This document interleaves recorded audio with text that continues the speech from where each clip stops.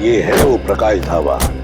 यहाँ से किया गया था सागर को फोन। आइए आइए साहब, क्या खिलाऊं आपको? दाल मखनी, कढ़ी पनीर या फिर सरसों का साग? बस कर यार, और नाम मत लेना वरना मेरे चूहों में पेट दौड़ने लगेंगे। सॉरी सर, मेरे पेट में चूहे दौड़ने लगेंगे। तो अच्छी बात है ना साहब, हमारा धंधा और बढ़ेगा। देखो, हम यहाँ खाना खाने के लिए नहीं, तहकीकात करने के लिए आए हैं। हम लोग सीआईडी से हैं। सीआईडी? तू चुप रहे छोटू। साहब हुआ क्या है? हमने तो कुछ नहीं किया। हाँ, वो तो पता लगा ही लेंगे। खैर, पहले ये बताओ, 14 तारीख की रात को क्या तुम्हारे यहाँ एक कस्टमर आया था जो रात भर तुम्हारे इस ढाबे पर ही था? रात भर? रात भर 10 बजे से लेके 6 बजे तक। क्या वो रात भर फोन पे ही बात कर रहा था? साहब ढाबे पे तो नहीं था, पर हाँ, सड़क के उस पार एक गाड़ी खड़ी थी जिसके अंदर एक आदमी बैठा था और वो किसी से फोन पे बात कर रहा था। तो क्या तुमने उसे अच्छी तरह से देखा? नहीं साहब, अंधेरा था, इसके लिए चेहरा नहीं देख पाया। अच्छा, क्या वो अकेली गाड़ी में था या उसके साथ कोई और भी था? उसके साथ ड्राइवर था साहब। वो 2-3 दफा चाय लेने आया, खुद के लिए और वो दूसरे आदमी के लिए भी। और हाँ साहब, उसने कैंची भी तो मांगी थी। हाँ, कैंची मांगी थी? वो किस लिए? क्या मालूम साहब, बड़ा ही अजीब था वो ड्राइवर। गाड़ी से उतरा, मिट्टी और पत्थर जमा करके फिर से गाड़ी में बैठ गया। क्या जमाना आ गया है सर, आजकल लोग सड़क पर से पत्थर और मिट्टी भी चुराने लगे। किसी और काम के लिए फ्रेडी, पत्थर और मिट्टी किसी और काम के लिए। क्या वो ड्राइवर भी फोन पे बात कर रहा था? नहीं साहब, जो पीछे बैठा था वही आदमी बात कर रहा था। ड्राइवर को तो तुमने अच्छी तरह से देखा है ना? हाँ। तो हमारे लिए उसका एक स्केच बनवाओ, ठीक है? हाँ। सागर, दीपिका, आज से पहले मैंने इससे भद्दा मजाक कभी नहीं सुना। अनीशा, ये मजाक नहीं, सच्चाई। और तुम इसे जितना जल्दी स्वीकार कर लो वही तुम्हारे लिए अच्छा होगा। नहीं, मैं तुम दोनों को ऐसा कदम नहीं उठाने दूंगी। तुम बेवजह परेशान हो रही हो अनिशा। हम जो कुछ भी कर रहे हैं उसमें हम सबका फायदा है, और तुम्हारा भी। सागर, नुकसान और फायदे से पहले सही और गलत के बारे में भी सोचना चाहिए। बस अनीशा, ये नैतिक विज्ञान का लेक्चर देके हमें बोर करना बंद करो। और तुम्हारा ये लेक्चर सुन के हम लोग अपना फैसला नहीं बदलेंगे। देख लेना, तुम दोनों बहुत पछताओगे। ओ नो, ये गाड़ी तो हमारी तरफ आ रही है। अब क्या करें?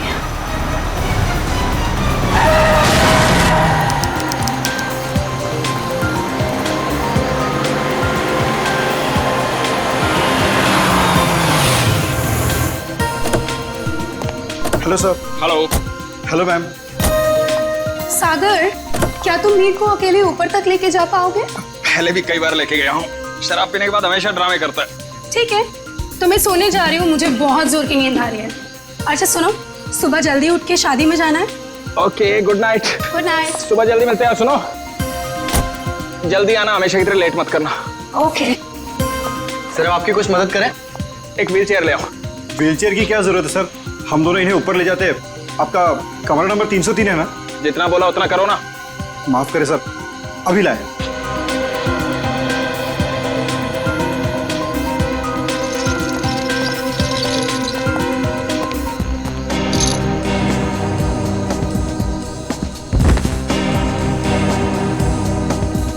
उठाओ इसे।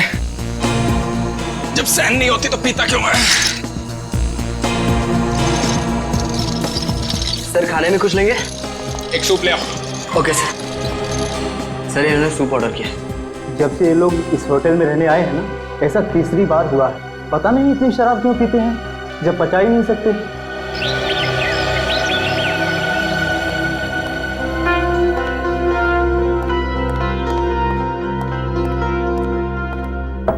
अगर साहब, मीर साहब, सर रूम सर्विस।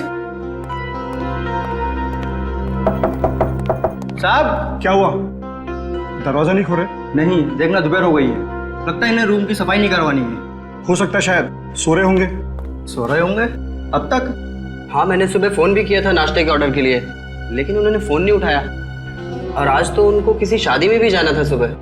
शादी में भी जाना था और अब तक सो भी रहे हैं, मतलब जरूर कुछ गड़बड़ है। तुम यहीं रुको, मैं मैनेजर साहब को लेके आता हूँ। ठीक है। मैं दीपिका जी को। साहब, साहब, साहब, दरवाजा खोलिए। देखिए मैडम, दोनों में से कोई भी दरवाजा नहीं खोल रहा है। सागर, सागर दरवाजा खोलो। मीर, दरवाजा खोलो। सागर, हमें चिंता आ रही है, दरवाजा खोलो।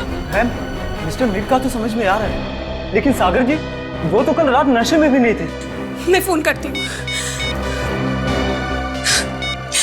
फोन भी नहीं उठा रहे। मैम, अगर आप इजाजत है तो मैं मास्टर की से दरवाजा खोल सकता हूँ। हाँ प्लीज।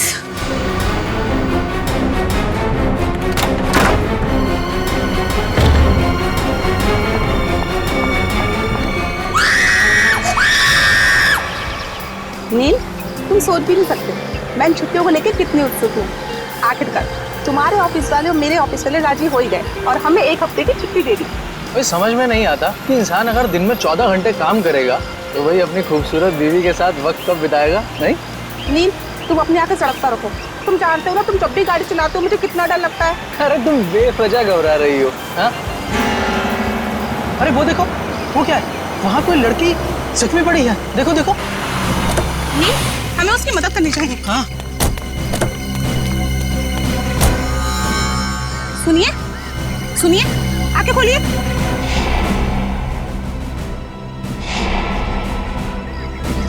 आप ठीक तो हैं? मैं पानी लेकर आता हूँ।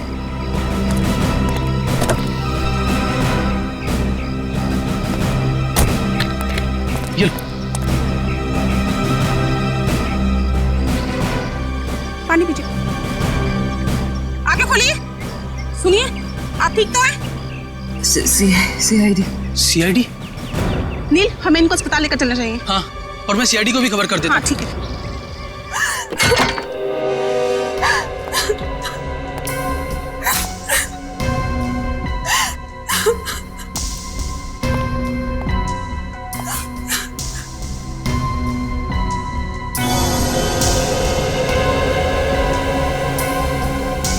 एसी भी ऑन है और खिड़की भी खुली है। आप लोगों में से किसी ने यहाँ किसी चीज को हाथ तो नहीं लगाया? नहीं सर, मैंने बस नब्ज देखी और आपको फोन करके बुला लिया। मुझे तो यकीन ही नहीं हो रहा है कि सागर और मीर नहीं रहे। कल रात तक तो अच्छे भले थे दोनों।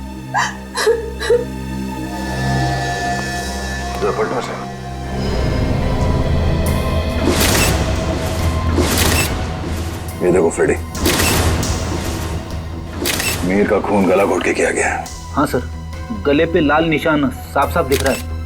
निशान देख के लगता है कि नायलॉन के रस्सी से गला घोटा गया इसका।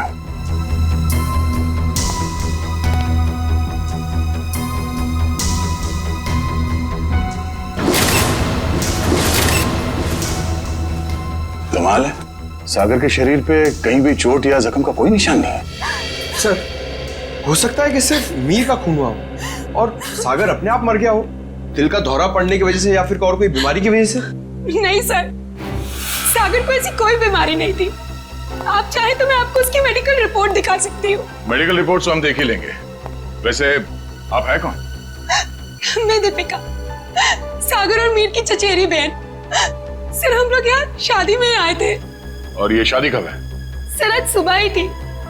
कल रात देर से सोने की वजह से सुबह मेरी आंख ही नहीं खुली। और रात को इन दोनों की मौत हो गई। आप लोगों में से आखिरी बार किसने देखा था इन्हें?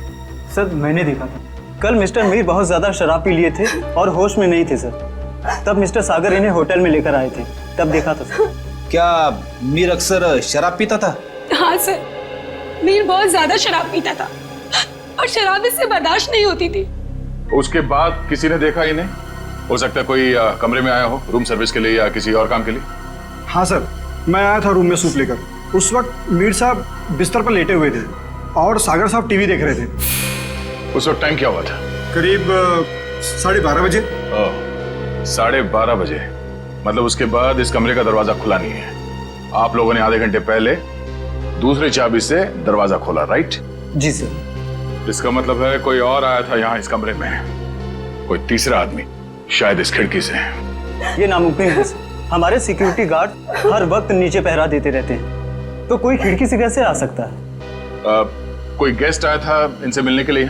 नहीं, कोई गेस्ट अंदर नहीं आया, कोई खिड़की से अंदर नहीं आया। इसका मतलब है खून होटल के स्टाफ में से किसी ने किया है, ठीक उसी तरीके से। और शायद वो इस दरवाजे से ही अंदर आया, दूसरे चाबी से ये कमरे का दरवाजा खोला गया। सर, ये आप क्या कह रहे हैं सर? भला हम अपने कस्टमर का खून क्यों करेंगे? शायद लूटने के इरादे से। रेडी पंकज, कमरे की अच्छी तरह से तलाशी लो।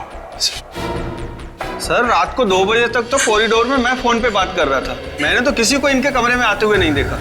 आपका कमरा कौन सा है? सर वो 304।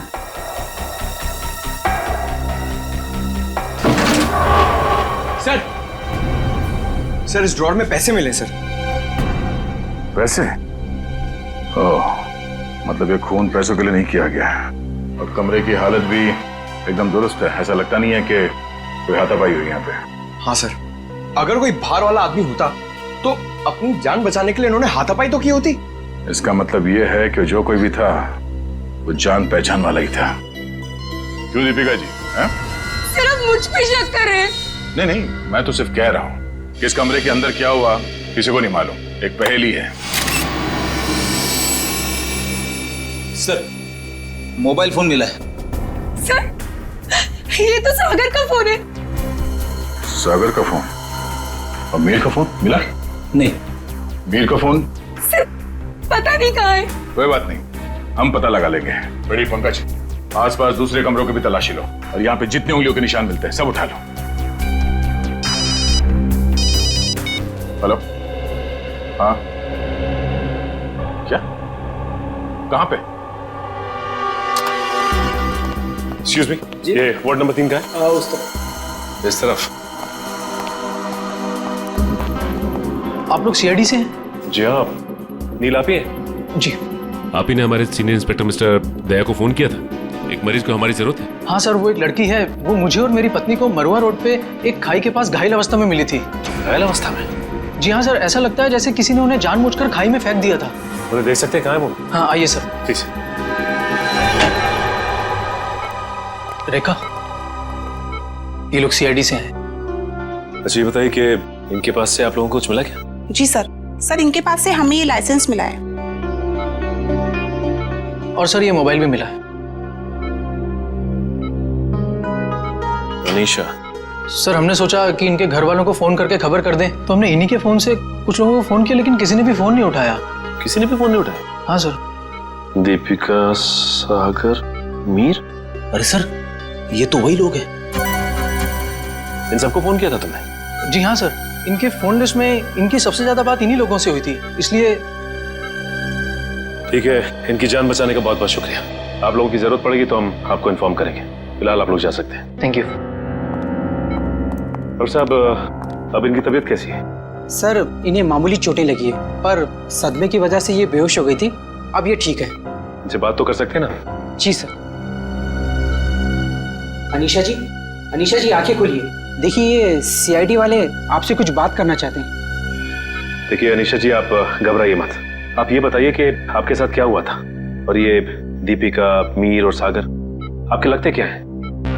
वो मेरे चचेरे भाई बहन हैं, पर उन्होंने उसके साथ क्या किया?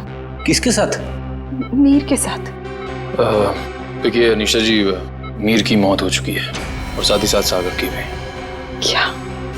हे भगवान, मुझे पहले ही लग रहा था जैसे कुछ गलत होने वाला है। अनीशा जी, आप क्या कहना चाहती हैं? प्लीज साफ साफ कहिए। हमारे एक रिश्तेदार की शादी होने वाली थी। कल रात हम चारों उसी के संगीत के फंक्शन से वापस लौट रहे थे, तभी मरुआ रोड पे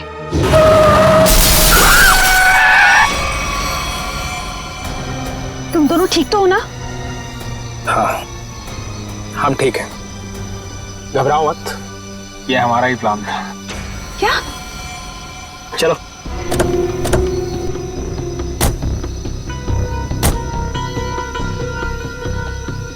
मीर का मोबाइल फोन रास्ते में कहीं फेंक देना, और ध्यान रहे जब तक हमें हमारा पैसा ना मिल जाए मीर बेहोश ही रहना चाहिए। ये लो नया सिम कार्ड। मीर के परिवार वालों से फिरौती की मांग इसी नंबर से करनी है। और हाँ, हमें फोन मत करना, वक्त आने पर हम लोग खुद कांटेक्ट करेंगे। नहीं, मैं तुम दोनों को ऐसा कुछ नहीं करने दूंगी। मीर हमारा चचेरा भाई है। अनीशा, तुम हमारे प्लान में दखल अंदाजी मत करो, वरना क्या? मीर को हम बाद में खुद देख लेंगे, पहले तुम इसको ठिकाने लगाओ। चलो। ये क्या कर रही हो तुम मेरे साथ? दीपिका, तुम मेरे साथ ऐसे कैसे कर सकती हो? दीपिका और सागर पैसों के लिए कुछ भी कर सकते हैं। छोड़ो मुझे। ओह, तो मतलब दीपिका और सागर अपने चचेरे भाई मीर को अगवा करना चाहते थे? हाँ सर, अगर ये बात मुझे पहले पता होती कि उनके दिमाग में ऐसी कोई खिचड़ी पक रही है, तो मैं मीर को पहले ही सावधान कर देती, लेकिन मैं भी फंस गई बेवजह उनके प्लान में। और जब मैंने उनका साथ देने से इनकार कर दिया तो उन्होंने मुझे चलती गाड़ी से नीचे खाई में फेंक दिया। क्या जमाना आ गया है, रिश्तेदार एक दूसरे के साथ ऐसी घिनौनी हरकत कर सकते हैं? वो तो अच्छा हुआ, वहां एक पेड़ की वजह से मैं खाई में नीचे गिरते गिरते बच गई, वरना मैं भी मीर के साथ मारी जाती। मगर सागर की मौत कैसे हुई? इसी का पता हम भी लगा रहे हैं। सर, लगता है दीपिका इस पूरे जुर्म में मिली हुई है। उसी ने होटल के कमरे में जाके दोनों को मार दिया। वही तो, तभी तो उसने हमें अनीशा जी के बारे में भी नहीं बताया। लेकिन वो मीर को मारेंगे क्यों? वो तो सिर्फ उससे पैसे चाहते थे।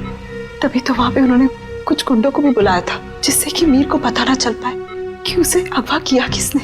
हो सकता है सागर और दीपिका के बीच में पैसे के बंटवारे को लेके लड़ाई झगड़ा हो और इसीलिए वो लोग अपने प्लान में कामयाब नहीं हो सके। हेलो पंकज, हमें शक है कि मीर और सागर के खून में दीपिका का हाथ है। एक काम करो, उसे जल्द से जल्द अरेस्ट कर लो। क्या दीपिका भाग गई? ठीक है, दीपिका होटल से भाग गई? हाँ फ्रेडी, दीपिका भाग गई। अनीशा जी, इस केस को सॉल्व करने में हमें आपकी मदद चाहिए। जरूर सर, मैं आपकी मदद करने के लिए तैयार हूँ। क्या बात है डॉक्टर साहब, बड़ी मेहनत हो रही है। आपकी डॉक्टर तारिका, वो तो चली गई छुट्टी लेकर के, और दो लाशों का बोझ मेरे कंधों पर। अरे सर, तारिका जी को थोड़ी ना मालूम था कि ऐसा केस आने वाला है। और वैसे भी उन्होंने पहले से आपसे छुट्टी ली थी और सारी टिकट वगैरह पहले से ही बुक हो चुकी थी। हाँ सर, अभिजीत ने खुद लाइन में लगकर टिकट की बुकिंग करवाई थी तारिका जी के लिए। हाँ है ना? अरे यार, ये राज की बातें तो सबके सामने। हाँ साळुंखे, अब तक तो तूने मेरे होनर ऑफिसर्स को बता ही दिया होगा कि मौत हुई कैसे। बस आपके ये होनहार ऑफिसर, इन्हें किसी और चीज से फुर्सत मिले तो लाश की बात करें ना। देखिए सर, हम लोग यहाँ सिर्फ लाश की बातें ही करने आए हैं। Oh, really? जी बताइए बताइए। बस इस मीर की मौत हुई है गला दबाने की वजह से। किसी ने बहुत ही होशियारी के साथ इसकी जैगुलर वेन को दबा दिया और तोड़ दिया, और ये काम किसी एक्सपर्ट का है। वो अच्छी तरह से जानता है कि गले के कौन से हिस्से को दबाने से जल्दी से मौत हो जाएगी। मीर ने शराब भी पी रखी थी ना? शराब भी पी रखी थी, और मीर के खून में मुझे एक ड्रग मिली, डोडीन नाम की ड्रग, जो इंसान को बहुत गहरी नींद में सुला देती है। जब इस मीर का खून हो रहा होगा ना, इसे पता भी नहीं चला होगा। ये मीर होटल जाने से पहले संगीत के फंक्शन में गया था, शायद वहीं किसी ने इसे ये ड्रग दी होगी। नहीं, मीर की मौत हुई कब? मीर की मौत हुई है लगभग 16 घंटे पहले। 16 घंटे पहले? मतलब जब सागर मीर को व्हीलचेयर के ऊपर बिठाकर होटल के अंदर ले जा रहा था, तब तक ये मीर मर चुका था? बिल्कुल दया। इनफैक्ट सागर मीर को नहीं, मीर की लाश को कमरे में ले जा रहा था। तो फिर सागर की मौत कब हुई? सागर की मौत हुई है मीर की मौत के ठीक 12 घंटे के बाद, और सागर की बॉडी पर कहीं किसी किस्म की चोट के निशान नहीं है। तो फिर इसकी मौत हुई कैसे साळुंखे?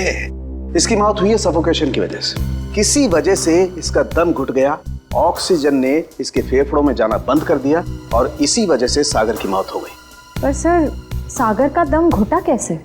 ये पता लगाना भी बाकी है, लेकिन हाँ, फिलहाल मैं आप लोगों को एक बहुत अहम सुराग दे सकता हूँ। क्या क्या सुराग? एक मिनट।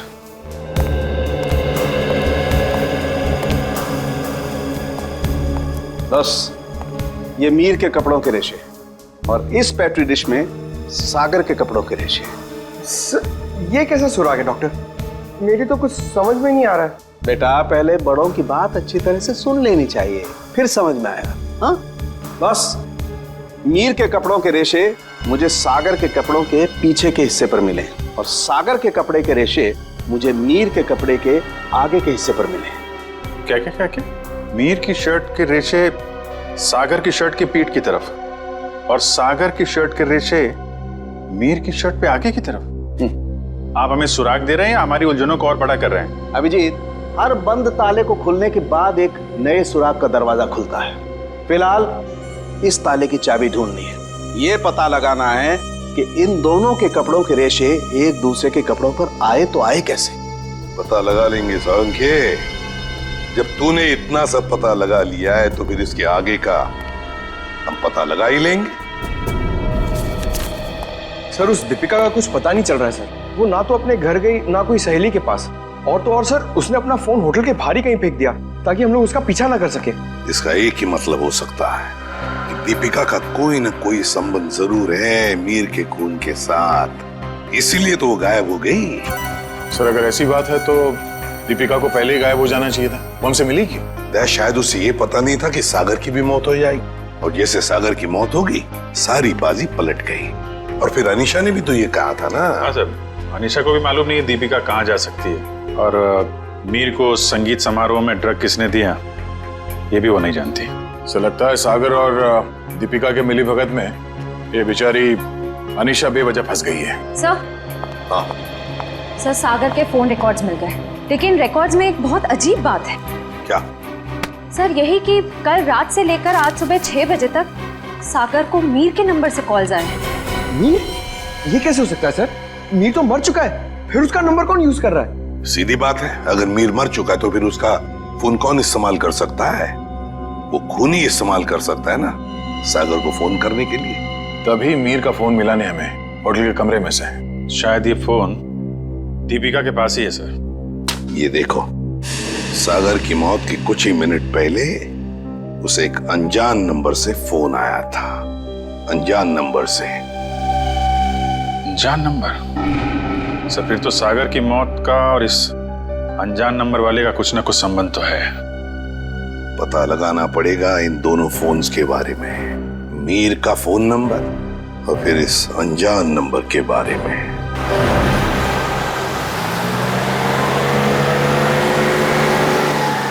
बस आप यहीं गाड़ी रोक दीजिए।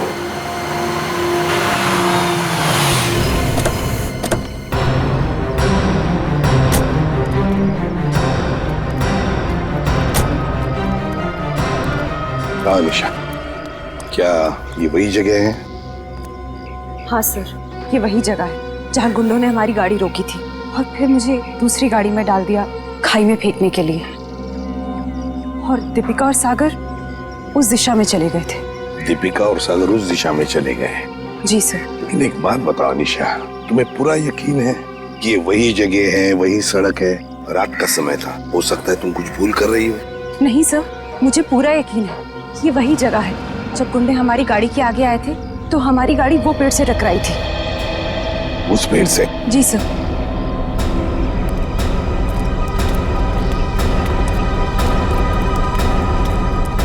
सर यहाँ पे गाड़ी के टायर के निशान भी हैं। हाँ,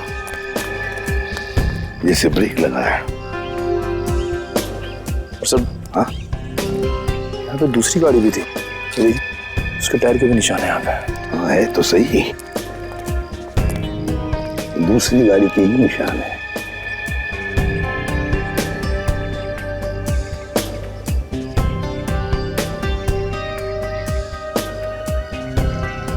ये देखो, कांच के टुकड़े, कांच के टुकड़े। सर शायद मीर और दीपिका की गाड़ी के होंगे। हाँ हो सकता है। लेकिन सर उनकी गाड़ी जब होटल में आई थी तो सही सलामत थी। वही तो फ्रेडी, वही तो।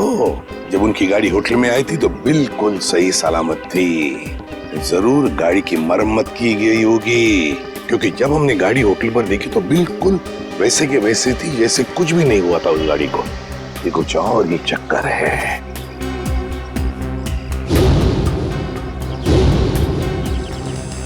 गोली? निखिल फोर्सेप देना। सो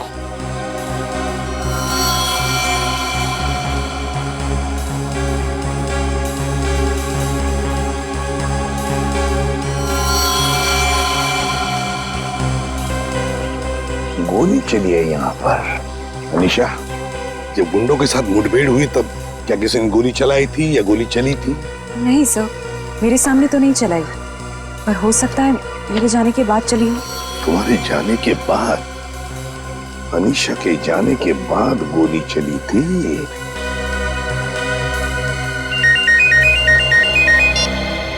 आद्या, अच्छा सागर को मिहिर के फोन से जो फोन आया था वो कहां से आया था, उसका पता चल गया है? हम जहाँ पर खड़े वहां से 15 किलोमीटर दूरी पर है, कोई ढाबा है। एक काम करो, डिटेल लोकेशन का एमएमएस भेज देना या एसएमएस भेज देना, ठीक है? Great work.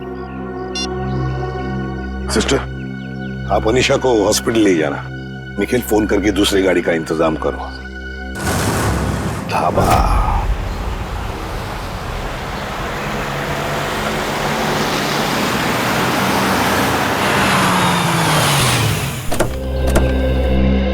ये है वो प्रकाश ढाबा। यहां से किया गया था सागर को फोन। आइए आइए साहब, क्या खिलाऊं आपको? दाल मखनी, कढ़ाई पनीर या फिर सरसों का साग? बस कर यार, और नाम मत लेना वरना मेरे चूहों में पेट दौड़ने लगेंगे। सॉरी सर, मेरे पेट में चूहे दौड़ने लगेंगे। तो अच्छी बात है ना साहब, हमारा धंधा और बढ़ेगा। देखो, हम यहाँ खाना खाने के लिए नहीं, तहकीकात करने के लिए आए हैं। हम लोग सीआईडी से हैं। सीआईडी? तू चुप रहे छोटू। साहब, हुआ क्या है? हमने तो कुछ नहीं किया। हाँ, वो तो पता लगा ही लेंगे। खैर, पहले ये बताओ, 14 तारीख की रात को क्या तुम्हारे यहाँ एक कस्टमर आया था जो रात भर तुम्हारे इस ढाबे पर ही था? रात भर? रात भर 10 बजे से लेकर 6 बजे तक। क्या वो रात भर फोन पे ही बात कर रहा था? साहब, ढाबे पे तो नहीं था, पर हाँ, सड़क के उस पार एक गाड़ी खड़ी थी जिसके अंदर एक आदमी बैठा था और वो किसी से फोन पे बात कर रहा था। तो क्या तुमने उसे अच्छी तरह से देखा? नहीं साहब, अंधेरा था, इसके लिए चेहरा नहीं देख पाया। अच्छा, क्या वो अकेली गाड़ी में था या उसके साथ कोई और भी था? उसके साथ ड्राइवर था साहब। वो 2-3 दफा चाय लेने आया, खुद के लिए और वो दूसरे आदमी के लिए भी। और हाँ साहब, उसने कैंची भी तो मांगी थी। हाँ, कैंची मांगी थी? वो किस लिए? क्या मालूम साहब, बड़ा ही अजीब था वो ड्राइवर। गाड़ी से उतरा, मिट्टी और पत्थर जमा करके फिर से गाड़ी में बैठ गया। क्या जमाना आ गया है सर, आजकल लोग सड़क पर से पत्थर और मिट्टी भी चुराने लगे। किसी और काम के लिए फ्रेडी, पत्थर और मिट्टी किसी और काम के लिए। क्या वो ड्राइवर भी फोन पे बात कर रहा था? नहीं साहब, जो पीछे बैठा था वही आदमी बात कर रहा था। ड्राइवर को तो तुमने अच्छी तरह से देखा है ना? हाँ। तो हमारे लिए उसका एक स्केच बनवाओ, ठीक है? हाँ।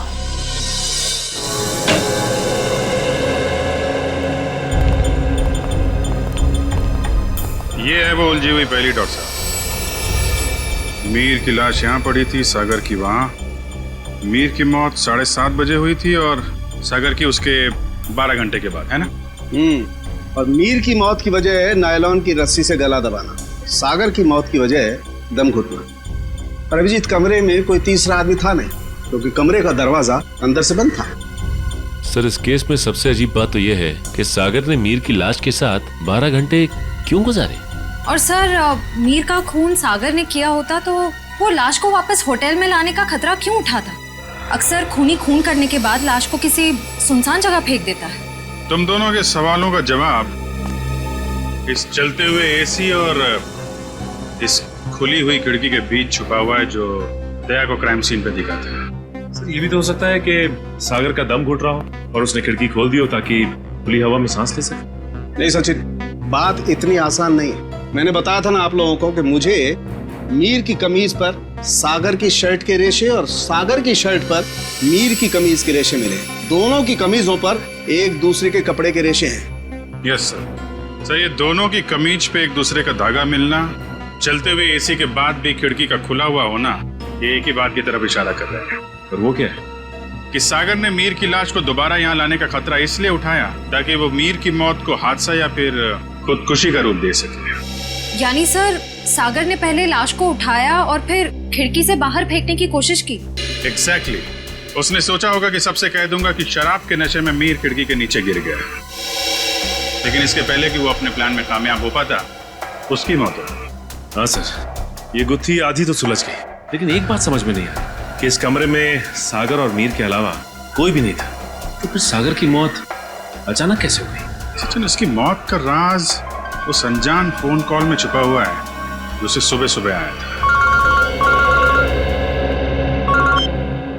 हाँ पंकज, अनजान कॉल का पता चल चुका है कहाँ से की गई थी? Very good. कौन सी जगह? Jhula tower. Okay okay okay okay, thank you very much Pankaj, thank you जी।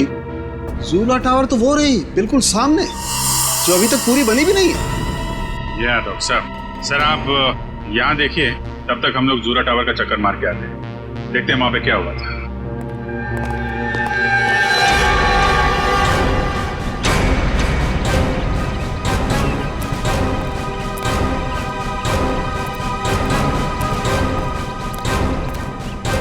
साहब, कौन है आप लोग? कहाँ जा रहे हैं? सीआईडी से हम लोग, तुम्हारी ससुराल वाले। सीआईडी? कुछ हुआ है क्या साहब? क्या बात है साहब? साहब कुछ तो बताइए। चुपचाप आओ, पीछे पीछे हमारे, समझे?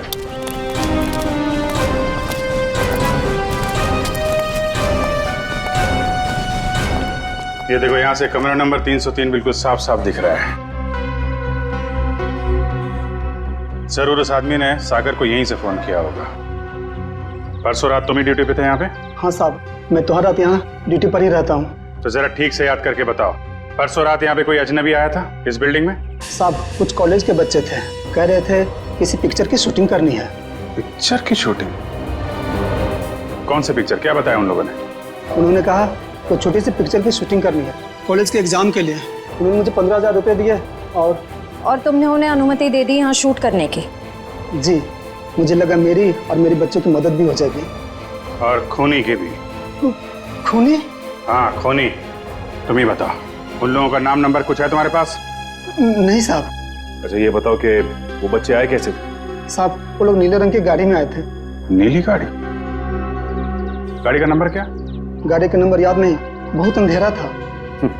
अच्छी चौकीदारी कर रहे हो। उनका नाम पता तक नहीं लिया तुमने, सिर्फ गाड़ी का रंग याद है बस। गलती हो गई साहब। पर हाँ साहब, एक बात है जो शायद आपको कुछ काम आ जाए। क्या बात? साहब वो लोग उस कैमरे की बात कर रहे थे जो अपने साथ लेकर के आए थे। कह रहे थे महंगा है, संभाल के रखना, भाड़ा देना है। भाड़े का कैमरा? तो श्रेया और पंकज लगे हुए हैं कि स्टूडेंट्स ने फिल्म का कैमरा कहां से किराए पे लिया था। गुड। और दया, ड्राइवर का स्केच बन गया? हाँ सर, वो स्केच हमने सभी एम्प्लॉयमेंट एजेंसी में भेज दी है। बहुत जल्द उसकी पहचान हमारे सामने होगी। तू यहाँ? हाँ यार, लैब में बैठा बैठा बोर हो रहा था, मैंने सोचा आप लोगों के साथ ब्यूरो में चल के चाय पी लेता हूँ। अरे चाय तो हम आपको जरूर पिलाएंगे डॉक्टर साहब, लेकिन ऐसा कौन सा सबूत हाथ लग गया है जो आप भागे भागे यहाँ चले आए? सुराग हाथ में तो नहीं लगा है अभिजीत, लेकिन लगने वाला है। ये देखो, ये चार्ट देख रहे हो? ये तो कोई कैलकुलेशन चार्ट लगता है। किस चीज का चार्ट है ये? बॉस ये मीर और सागर की मौत का कैलकुलेशन चार्ट है। अगर मेरी कैलकुलेशन सही निकल गई ना तो इस सागर के दम घुटने का राज यूं पता चल जाएगा, यूं। सर आइए। सर ये मिस्टर सोहन है, उन कॉलेज स्टूडेंट्स को कैमरा किराए पे इन्होंने ही दिया था। कौन से कॉलेज के स्टूडेंट्स थे वो? Sir QR institute of medical science and research centre. ये मेडिकल कॉलेज के बच्चों को फिल्म मेकिंग में कहां से इंटरेस्ट होने लगा? कितने लोग आए थे? सर 4 स्टूडेंट्स थे। 4 लोग? तो उनमें से किसी ने तो अपना नाम बताया होगा। हाँ सर, एक लड़के ने अपना नाम और नंबर दिया था। क्या नाम है उसका? सुनील। सर नंबर बंद आ रहा है उसका, रास्ते भर ट्राई कर रहा था मैं। जरूर इस मेडिकल स्टूडेंट में से कोई है जो इन दोनों पर नजर रख रहा था, मीर और सागर पर। हाँ सर, और सुबह जिस प्राइवेट नंबर से सागर को फोन आया था वो भी इनमें से किसी ने किया होगा।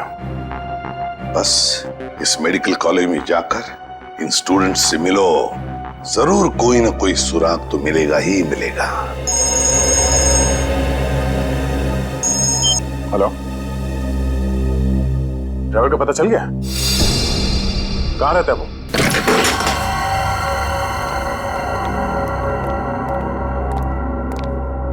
ये ड्राइवर चंदन, लगता है 9 तो 11 हो गया। तो ढूंढो।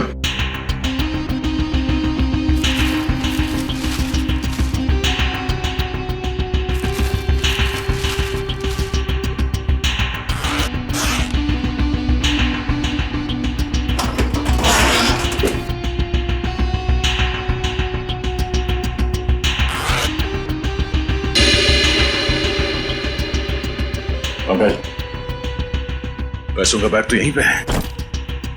पैसों का बैग, इसका मतलब वो शहर छोड़ के भागा नहीं है। पैसे लेने जरूर वापस आएगा। अरे भाई साहब, जी साहब इधर आना। जी साहब। अरे ये चंदन कहाँ गया, कुछ पता है क्या? गाड़ी तो यही है, यही कहीं होगा। ठीक है, आप जाइए। कहीं ये वही गाड़ी तो नहीं जिसे ढाबे वाले ने देखा था? चलो देखते हैं।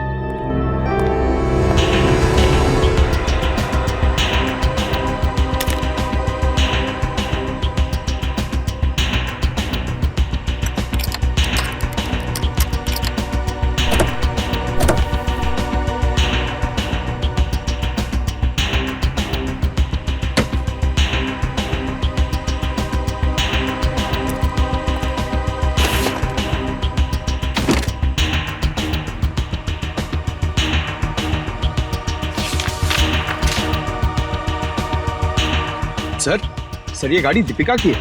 ये देखिए पेपर। दीपिका की गाड़ी? और ये देखो, पत्थर पे सूखा हुआ खून। शायद ये वही कंकड़ पत्थर है जिन्हें ड्राइवर ढाबे के पास इकट्ठा कर रहा था।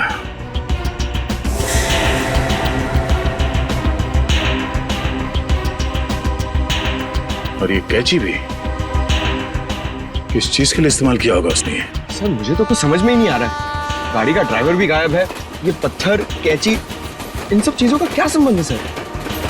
पंकज, वो भी पता चल जाएगा कि जो कोई भी इस गाड़ी के पिछले सीट में बैठा था वही पूरी रात मीर के फोन के जरिए सागर से बात कर रहा था। और अब ये सूखा हुआ खून बहुत जल्द हमें उसकी असली पहचान बता देगा। करण, तू 2 दिन से क्लास क्यों नहीं आ रहा? प्रोफेसर अमन बहुत नाराज हो रहे थे। क्या करूं यार, बुखार उतर ही नहीं रहा। लगता है मुझे फ्लू हो गया। बुखार? इसका माथा तो बिल्कुल ठंडा है। सर, तुम चारों ने अपने आप को बहुत बड़ी मुसीबत में डाल लिया है। कैसी मुसीबत सर? का जवाब मैं नहीं, सीआईडी देगी। सीआईडी? बिरजू, आप सब लोग यहाँ? बहुत बड़ी भूल हुई जो तुम लोग को शूटिंग करने दी। सीआईडी के चक्कर में फंस गया मैं। लेकिन सीआईडी क्यों? शूटिंग करना कोई गैर कानूनी काम थोड़ी है। शूटिंग करना गैर कानूनी नहीं है, लेकिन खूनी की मदद करना गैर कानूनी है, और इसके लिए तुम सबको जेल हो सकती है, समझे? सर, खून? हमने किसी खूनी की मदद नहीं की सर। जिस वक्त तुम लोग बिल्डिंग में शूटिंग कर रहे थे, उसी वक्त बिल्डिंग के सामने वाले होटल रॉयल मून में एक जुर्म को अंजाम दिया जा रहा था, और इस काम में तुम में से किसी ने खूनी की मदद की है। नहीं सर, हम ऐसा क्यों करेंगे? हम स्टूडेंट्स हैं, हम डॉक्टरी की पढ़ाई कर रहे हैं, और ऐसा कुछ करके हम हमारा भविष्य अंधकार में क्यों डालेंगे? इसका पता तो अभी चल जाएगा। अच्छा ये बताओ कि जिस वक्त शूटिंग चल रही थी, तुम में से कोई कुछ वक्त के लिए बाहर गया था क्या? हाँ सर, करण गया था ऊपर वाले फ्लोर पे अपने डायलॉग याद करने के लिए। यार अंकित, मुझे क्यों फंसा रहा है? यार मैं तुझे फंसा नहीं रहा हूँ, सिर्फ सच बता रहा हूँ। तो अपना हैंडीकैम भी लेकर गया था अपना परफॉर्मेंस रिकॉर्ड करने के लिए। हाँ सर, हैंडीकैम लेकर गया था, लेकिन जब वो वापस आया उसमें कोई वीडियो नहीं था। यार वो गलती से डिलीट हो गया था। देखो करण, झूठ मत बोलो, क्योंकि एक झूठ को छुपाने के लिए तुम 100 झूठ बोलोगे, लेकिन ये तुम सीआईडी के सामने नहीं कर सकते, समझे? इसलिए तुम्हारी भलाई इसी में है कि सब कुछ सच सच बताओ। बोलो। ये ठीक कह रहे हैं, जो कुछ भी हुआ है करण सच सच बता दो। सर, मुझे डर था कि मेरी अटेंडेंस कम होने की वजह से मैं एग्जाम में फेल हो जाऊंगा। तभी अचानक मुझे किसी ने एक दिन चिट्ठी भेजी, और साथ में एक सिम कार्ड भी। उस चिट्ठी में लिखा था कि उस होटल के कमरे में जो भी कुछ हो रहा है उसकी लाइव फीड रिकॉर्ड करके मैं उसे दूं, और साथ में उसे फोन भी करूं, तो वो मुझे फेल होने से बचा लेगा। तो सर मैंने वैसा ही किया। मतलब अगर तुम उस जुर्म का आंखों देखा हाल भेजते और उस आदमी को यानी कि सागर को फोन करते, तो तुम परीक्षा में पास हो जाते। जी सर। तुम्हारे साथ बहुत गलत हुआ है, किसी ने तुम्हारे साथ गंदा मजाक किया है और तुम उसके बहकावे में आ गए। वो खत जिसने लिखा था वो तो बच नहीं पाएगा। वैसे इस लेटर में और क्या लिखा था? उस चिट्ठी में लिखा था कि जैसे ही सागर उस आदमी को खिड़की तक लाए तो मैं सागर को फोन करूं, और 5 बार घंटी बजते ही मैं वहां से चला जाऊं। तुम ऐसा कैसे कर सकते हो करण? पास होने के लिए तुम किसी की खून करने में मदद करो? शर्मनाक है ये, शर्मनाक। यार मैं इस बात के लिए पहले से ही शर्मिंदा हूँ। तुम्हें इस बात की शर्मिंदगी होनी भी चाहिए, समझे? अच्छा फिर फोन करने के बाद क्या हुआ? सागर ने मेरा फोन उठाया नहीं, बस वो अचानक वहीं खड़ा रहा। मैंने फोन किया, 5 बार घंटी बजी, उसके बाद फोन काटकर मैं वहां से चला गया। ठीक है, देखो ये सारी बात हम लोगों के बीच में ही रहे, क्योंकि मैं नहीं चाहता कि अगर खूनी हमारे आसपास है तो उसे इस बात की भनक भी लगे। मैं समझ सकता हूँ सर। और करण, तुम्हें हमारे साथ चलना होगा होटल रॉयल मून में, जहाँ क्राइम हुआ है। करण, अब बताओ, सागर और मीर एग्जैक्टली कहाँ पे खड़े हुए थे? यहाँ पर सर। मीर सागर के कंधों पर झूल रहा था। और तुमने सुबह 6 बजे के करीब उनको फोन किया? जी सर। करण, ये समझो कि तुम सागर हो और इंस्पेक्टर सचिन मीर है। ठीक से याद करके बताओ कि सागर ने मीर को कैसे उठा रखा? आप अपनी बाजू यहाँ पर रखिए। ऐसे? यस सर, और अपनी मुट्ठी बंद कर लीजिए। लो, बंद किया? जी। ओह, तो इसका मतलब मीर के हाथ सागर के कंधों पे नहीं बल्कि गर्दन के पास थे। जी सर। इस तरह से? जी। और फिर तुम्हारे फोन करने के बाद क्या हुआ? मुझे कहा गया था कि फोन का रिंग 5 बार बजने के बाद तुम वहां से चले जाना। फोन तो बजा पर फोन सागर ने उठाया नहीं। उठाता कैसे भैया? उस वक्त तो मीर सागर का खून कर रहा था। मीर सागर का खून कर रहा था? सर ये कैसे मुमकिन है? मीर तो खुद एक लाश था। तो तुमसे किसने कहा श्रेया की लाश खून नहीं कर सकती? तुम्हारे फोन करने के बाद क्या हुआ? मुझे कहा गया था कि फोन का रिंग 5 बार बजने के बाद तुम वहाँ से चले जाना। फोन तो बजा पर फोन सागर ने उठाया नहीं। उठाता कैसे भैया? उस वक्त तो मीर सागर का खून कर रहा था। मीर सागर का खून कर रहा था? सर ये कैसे मुमकिन है? मीर तो खुद एक लाश था। तो तुमसे किसने कहा श्रेया की लाश खून नहीं कर सकती? सालुंके साहब, आप भी फ्रेडी की तरह। एक मिनट सचिन, मैं कोई आत्मा की बात नहीं कर रहा हूँ, मैं साइंस की बात कर रहा हूँ। मैं रिगर मोर्टिस की बात कर रहा हूँ। याद है अभिजीत, कुछ सालों पहले भी ऐसा ही केस हुआ था। तुम पूछना अपने एसीपी साहब से, उस केस में एक लाश ने एक आदमी को गोली मारी थी।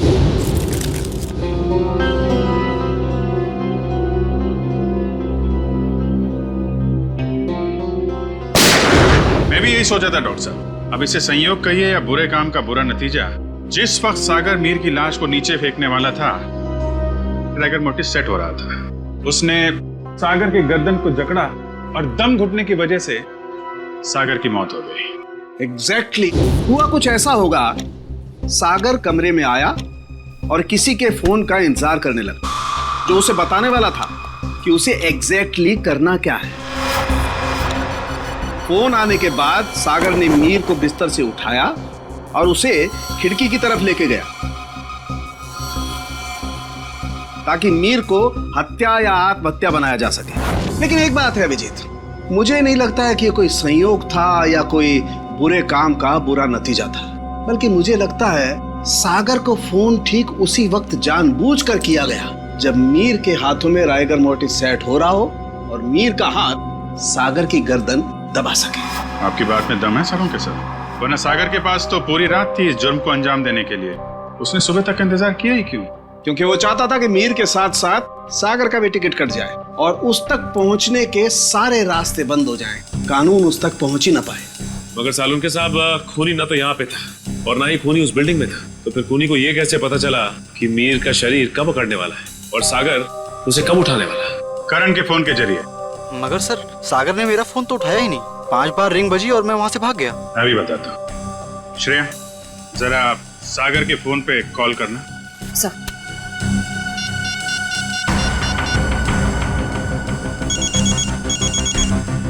ठीक है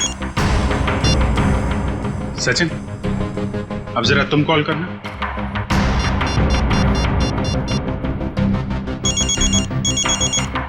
ठीक है करण, अब तुम अपने फोन से सागर को कॉल करो।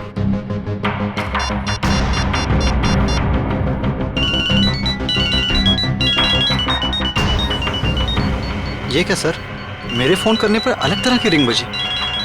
जी हाँ, बिल्कुल अलग तरीके की रिंग। एक ऐसी रिंग जिसने सागर को सम्मोहित कर दिया, हिप्नोटाइज। तभी तो वो तुम्हारा फोन नहीं उठा पाया। सर, इतनी बड़ी साजिश? बिल्कुल श्रेया, ये मुजरिम कोई साधारण आदमी नहीं है, ये कोई एक्सपर्ट है, एक्सपर्ट जिसे रिगर मोर्टिस की बहुत अच्छी जानकारी है और लोगों को सम्मोहित करने की भी। ये कहीं करण के कॉलेज का कोई प्रोफेसर तो नहीं, कोई एक्सपर्ट? आज सारे स्टूडेंट्स सही समय पर आ गए। Very good sir. क्या आप आज हमें पूरी प्रक्रिया दिखाने वाले हैं? जी, भविष्य में जो भी फॉरेंसिक डॉक्टर बनना चाहते हैं उनके लिए आज की क्लास बहुत ही महत्वपूर्ण है। लगता है मैडम आ गई। ऑफिसर्स, आप लोग यहाँ? जी हाँ, हमने सोचा कि क्यों ना हम लोग भी फॉरेंसिक साइंस की ABCD सीख लें। हाँ, शायद किसी को इम्प्रेस करने के काम आ जाए। हैं? क्यों अभी जी? वैसे प्रोफेसर रमन, आज बच्चों को क्या पढ़ाया जा रहा है? सर, आज रिगर मोर्टिस की क्लास है। ओह, रिगर मोर्टिस। जी सर। यानी लाश की अकड़न के विभिन्न स्तर विद्यार्थियों को सिखाए जाएंगे, हैं? जी सर, इसलिए हमने खास तौर पर इस विषय के विशेषज्ञ को बुलाया है। अच्छा, कौन है ये विशेषज्ञ, ये एक्सपर्ट? जरा हमारी भी मुलाकात करवा दीजिए इनसे।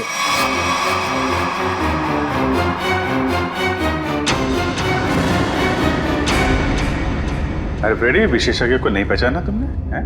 प्रोफेसर अनीशा, जरा इनका खिला खिला चेहरा देखिए। ऐसी मुस्कान है इनके चेहरे पे जैसे मुजरिमों को तब होती है जब उन्हें गलतफहमी हो जाती है कि वो CID से बच गया। क्यों? ये कैसी बातें कर रहे हैं आप? वैसे खून की प्लानिंग तो वाकई बहुत सोच समझ के की थी आपने, मगर एक गलती कर दी, CID को हल्के में आंक लिया। क्या बकवास कर रहे हैं आप लोग? मैंने कोई खून नहीं किया है, मैं तो खुद घायल हूँ। उन्होंने मुझे खाई में फेंक दिया था। क्या भूल गए हैं आप लोग? हम कुछ नहीं भूले, शायद आपकी याददाश्त कमजोर है। क्या मतलब? मतलब यह कि आपको खाई में फेंका नहीं गया था, आप खुद उतरी थी वहां पे। आपके शरीर पे ये जो जख्म है, चोट के निशान है, ये खुद आपने बनाए हैं। क्या सबूत है ये निशान मैंने बनाए हैं? वैसे हम जानते हैं कि फॉरेंसिक डॉक्टर होने का फायदा उठाकर आपने इस केस में ज्यादा सुराग नहीं छोड़े, पर उस कार को साफ करना भूल गई हैं आप। पत्थर पे जो खून मिला है और कैंची पे जो उंगलियों पे निशान है, वो आपके हैं अलीशा जी। हमारे पास काफी सबूत हैं आपको अदालत में खूनी साबित करने के लिए। बाहर जाने के सभी दरवाजे बंद हो चुके हैं अमीशा जी। अब सिर्फ जेल का दरवाजा आपका इंतजार कर रहा है। अब बताइए क्यों किया आपने ये सब? दीपिका और सागर ने प्लान बनाया था, मीर को किडनैप कर लेंगे और बदले में उसके ट्रस्ट से ढेर सारा पैसा मांगेंगे। उन्हें नहीं पता था कि मुझे उनके प्लान के बारे में सब कुछ पता लग गया है और बदले में उनके खिलाफ में एक और प्लान बना रही थी जो उनके प्लान से कई ज्यादा खतरनाक था। और उस ड्राइवर और दीपिका का क्या किया तुमने? दोनों को मारकर जंगल में फेंक दिया नीलगंज के। शर्म आनी चाहिए तुम्हें। एक फोरेंसिक डॉक्टर का फर्ज होता है कि वो समाज से जुर्म को मिटाने में कानून का साथ दे, खूनियों को पकड़ने में मदद करे, लेकिन तुमने अपनी शिक्षा का गलत इस्तेमाल किया है। खुद एक अपराधी बन गए। ऐसे घिनौने अपराध की सिर्फ एक ही सजा है, फांसी।